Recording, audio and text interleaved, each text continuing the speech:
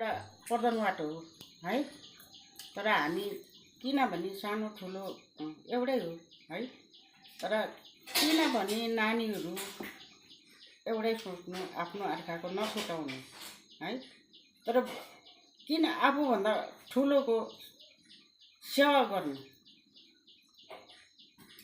तर कुटपिट मुख छाड्नु नगर्नु हैन। के कसो भन्यो मैले। हाम्रो प्रधानवाटमा चाहिँ किनभने उयो सब आफ्नो के अरे प्रधानवाटको हिक्मत बढाउनु। तर यो के हो, मुख छाडाछाड कुटपिट नगर्नु, लडाइँ झगडा नगर्नु। तर प्रधानवाटमा राम्रो होस्, राम्रो गरोस्। एउटा हामी प्रधानवाटको मान्छे हो है। तर मलाई चाहिँ यस्तो लाग्दैछ कि मेरै घरमा पनि भयो, बाउलाई कुट्यो र पनि मैले अहिलेसम्म केही गरेको छुइनँ। तर अबदेखि त्यस्तै भयो भने चाहिँ जो गर्छु म।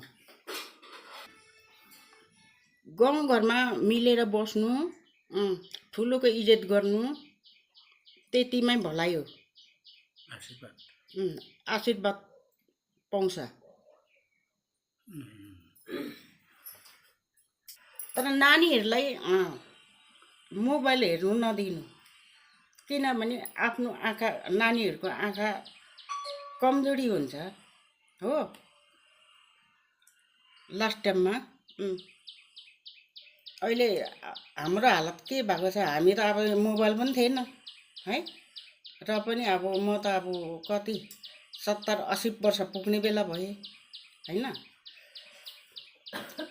मेरो आँखाले गर्दाखेरि नानीहरूले चाहिँ मोबाइल ट्यापै नहेरिदियोस्,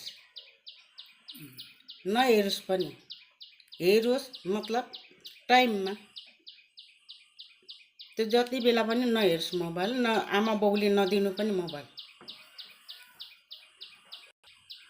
किनभने मोबाइलले गर्दाखेरि चाहिँ आफ्नो समय पनि बित्छ हो, आफ्नो पढाइ पनि जान्छ मोबाइलले। तर नानीहरूले सोचेर टाइममा मोबाइल हेर्नु, आमा बाउले टाइममा मोबाइल दिनु भन्नु, मेरो त्यति नै हो। कुरालाई हौ बाँधिन राखा हो, गाटा परि जाला झट्टै सुनाइदेऊ।